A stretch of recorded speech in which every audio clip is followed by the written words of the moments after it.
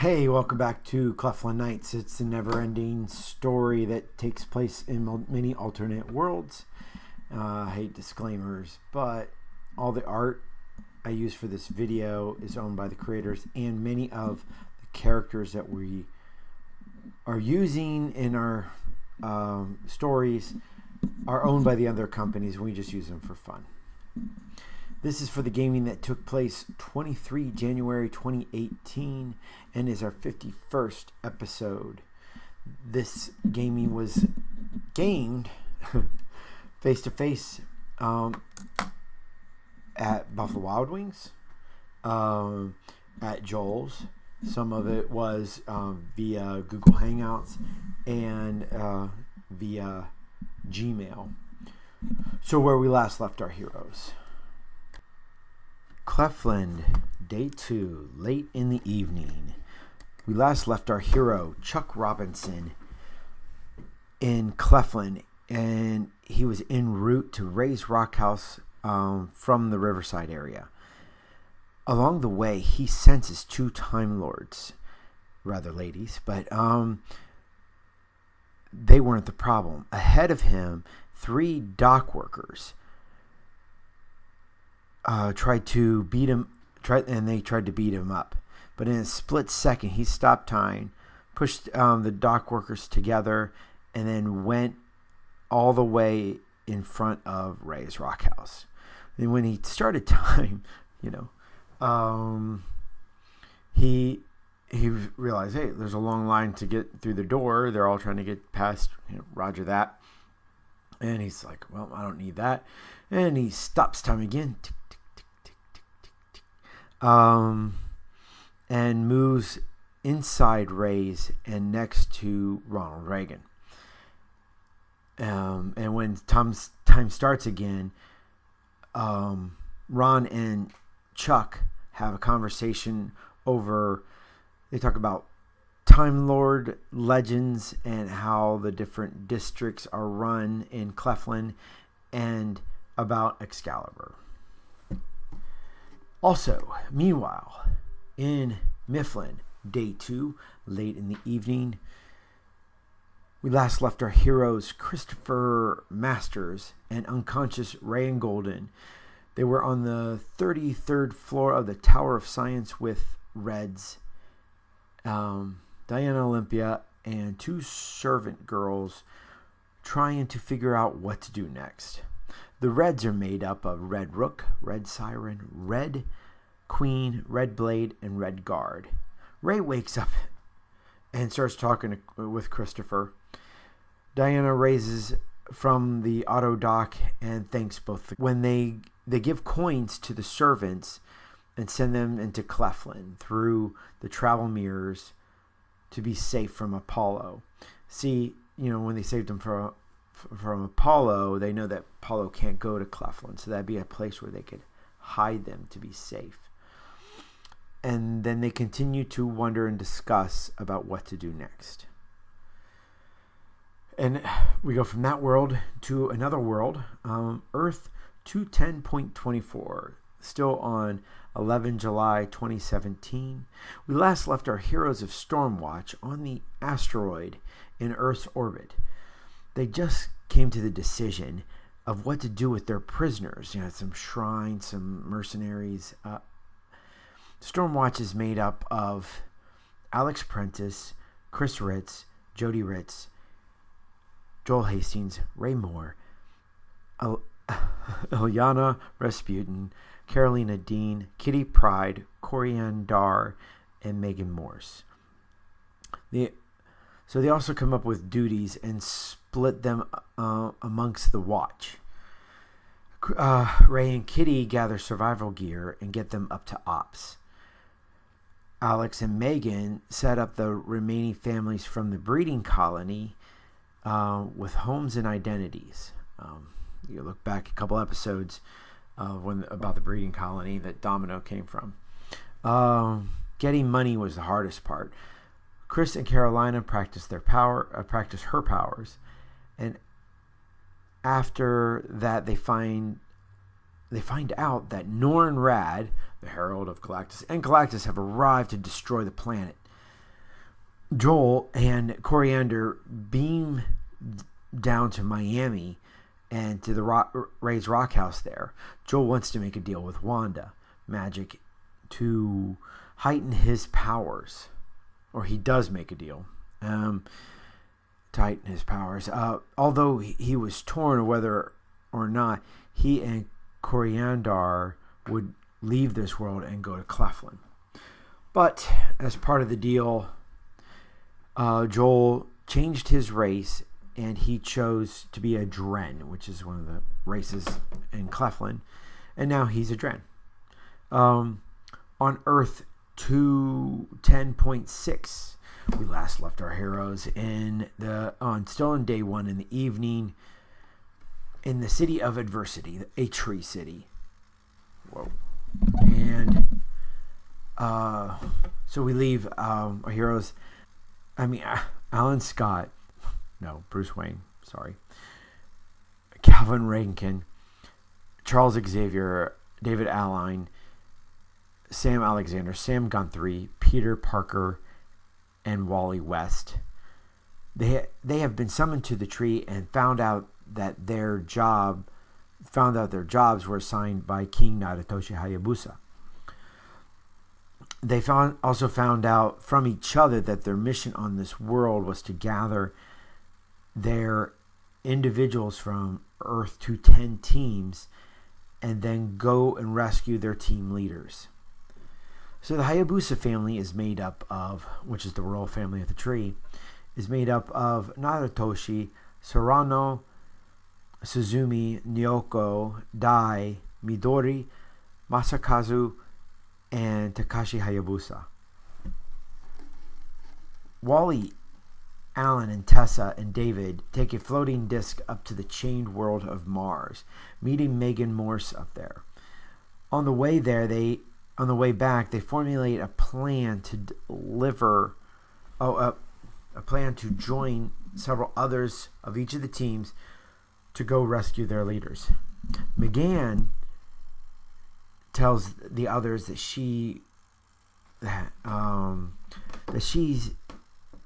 will not go on that mission to save the team leaders because she doesn't want to mess things up between Mars, the inhabitants, and the royals. She is afraid that the king and the royal family will attack her fellow white Martians, and they're very powerful. The royal family. So are Martians, because McGann is a peace measure. She is to be a part of the King Naratoshi's harem to keep peace with Mars. Bruce Wayne, the Bat Nova, meets with Hope and between sets and at Legends and discusses with her about this team to go save their team leaders. On the military bases, Peter Parker discovers that the main enemies of the city are vampires, and he tries to biologically or chemically find a way to fight them by using tissue samples and their DNA. Sam Alexander goes to try to find Kamala Khan. And then we go from there to another world, to Earth 10.3, still on 30 May 1993. We last left our heroes in LA as teams Eclipse and Outsiders have captured the Pride.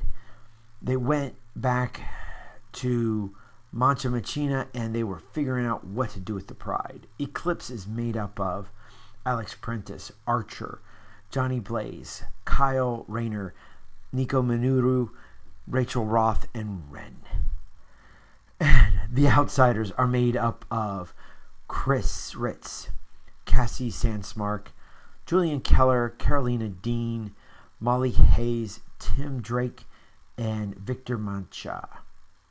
The Pride are made up of Frank and Leslie Dean, Janet and Victor Stein, Alice and Jean Hayes, Robert and Tina Minoru, Kathy and Joffrey Wilder, and Dale and Stacy Yorks. Okay. Chris triggers downloads, and the thoughts head to taking the Pride to the Vegan system. Not the vegan system, the Vega system. That's what I should have wrote, Vega system. All right. And to the Federation massive space station called Serenity. Yes, there's a lot of Serenities in these episodes, but hopefully you can tell them apart by pictures that I put on the screen.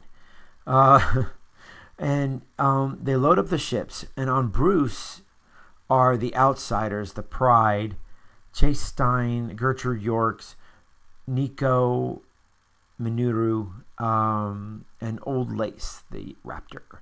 And then they head to outer space. Eclipse, minus Nico, head to Miami and to Ray's Rockhouse. In Miami, Alex and Rachel head in and talk to Wanda Magic on Sean. Okay. He tries to make a deal to change his powers because basically they weren't helping him win every battle, I guess. He also tries to guilt her for allowing his previous team to die. No deal was made. We last left our heroes in the Vega system, Omega Dawn, leaving Tatu after Thaddeus Bach, Space Ghost, saves them, and the massive space station Serenity.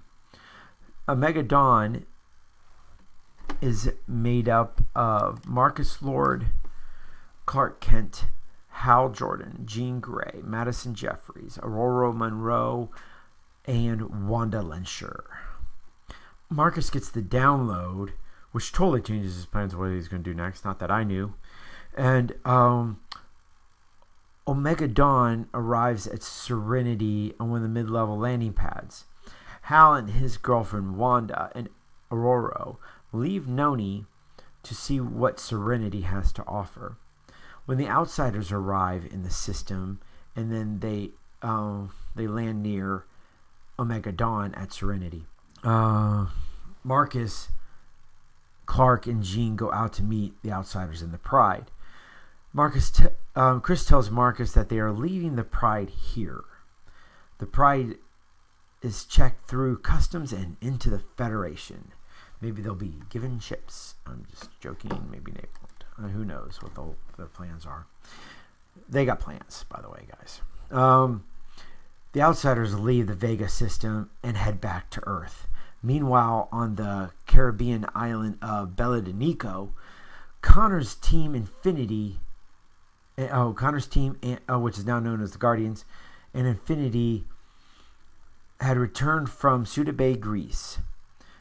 The teams Pantheon and Titans were still attending the wedding reception of Tempest and Rogue at Herc's Hideaway. The Guardians are made up of Connor, Laura, and T'Challa. Connor, Kent, Laura, Kinney, and T'Challa. Prince T'Challa.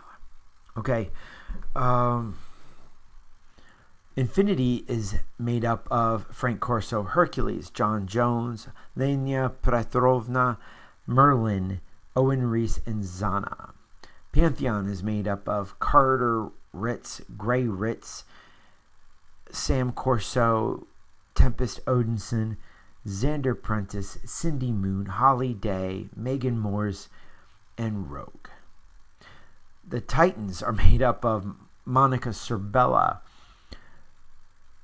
Angelica Jones, Billy Batson, Jamie Madrox, Carrie Zorel, Cara Zorel, Peter Parker, and Priscilla Katian.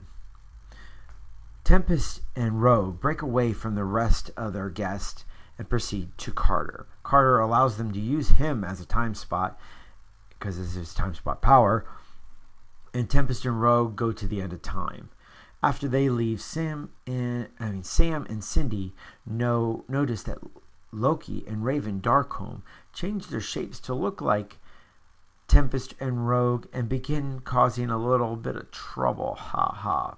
Funny. Trouble. Not like funny like a clown trouble, but trouble. And Carter and Holly have begun a relationship and spend time aboard his lightning ship Gregory, making out. Connor and Xander talk about what happened to the St. Croix sisters, and Frank waits for his intended arrival of Valerie Cooper of the United States government representing the Gore regime, I mean administration. At the end of time, way at the end of time, 10.3 is end of time, Tempest and Rogue show up and go in to the inn at the end of time. Yes, it's a place I created back when I was high school, early in the 80s, and I know that there's another show using the same name, the inn at the end of time. I'm sorry, I didn't trademark that earlier. Not changing the name. It is a big chunk of floating Earth in nothingness. There's blue neon lights above the door that says inn at the end of time. And when somebody knocks on the door, on the little slides open, and there's a one-eyed man called Argos, and he opens up and says, then he addresses the knocker, and the knocker has to say who they are by the name and their Time Lord job.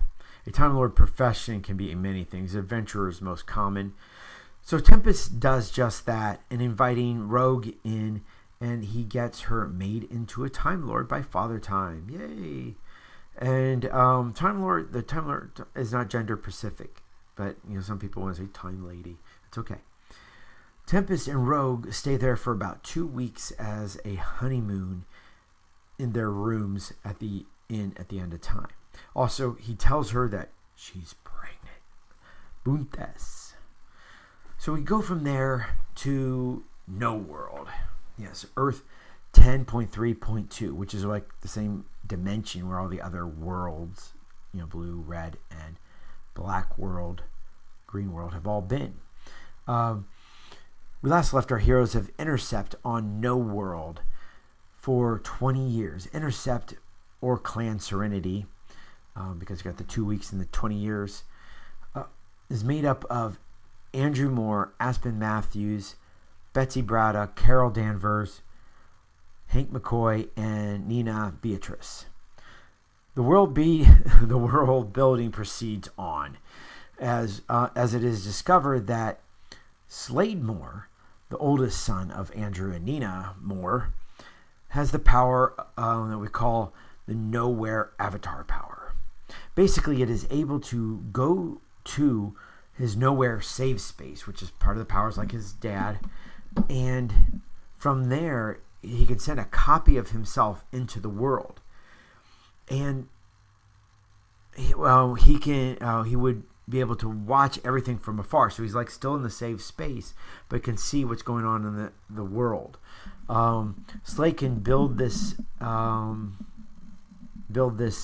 what we call an avatar over time, because he gets the power of when he's like 13 or something. The second oldest son, Raymond Moore, has a future view nowhere power, which is kind of like his dad. But when he goes to nowhere, instead of seeing where people all disappear, he disappears from the world, and he's able to see the events proceed from that point and then come back to the reality right where he left off. And he's able to use that knowledge that he gained in the regular reality, even though things will of course be different, but he's able to use that and do things. So, Andrew and Nina's daughter Arlene, named after her mother,